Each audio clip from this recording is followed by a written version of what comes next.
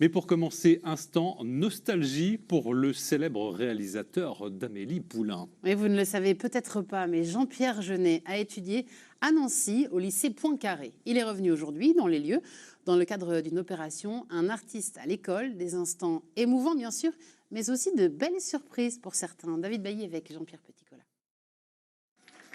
À 70 ans, Jean-Pierre Jeunet se dit toujours jeune. D'ailleurs, il se souvient parfaitement de son parcours scolaire à Nancy, dans son ancien lycée. À l'époque, on redoublait beaucoup, donc j'avais 2 ans de retard. J'étais le cancre au fond de la classe avec une tête de plus que les autres, vous voyez. Donc c'est un peu pour ça aussi que je suis venu, pour vous parler avec vous, pour vous dire, si on vous dit t'es qu'un cancre, tu finiras clochard en bas de la rue Saint-Jean devant l'église, les croyez pas. Pour célébrer sa présence, les sections musicales de Poincaré ont donc interprété les musiques de ses films comme une offrande, un cadeau au réalisateur. D'abord, revenir dans le lycée, c'est déjà émouvant. Je ne m'attendais pas qu'il n'y ait pas autant de monde. Je n'attendais pas qu'il y ait autant de monde. Alors, le coup d'orchestre, c'est formidable. C'est une super surprise.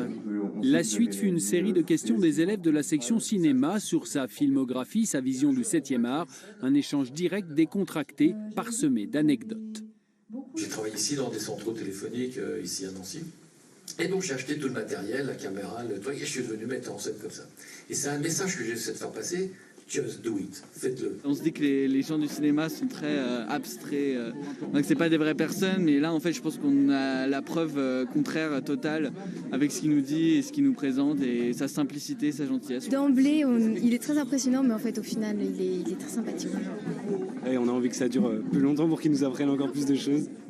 S'ouvrir au monde sans renier ses origines, Jean-Pierre Jeunet et Nancy, une véritable histoire d'amour. Dans Amélie Poulain, quand elle jette son poisson rouge dans le square, c'est le square Blondel. Blondeau, je crois, Blondeau. Donc, bien sûr, à Nancy, j'ai un millier de souvenirs, quoi. Et il y a plein de trucs d'Amélie qui se passent à Nancy, évidemment, quoi.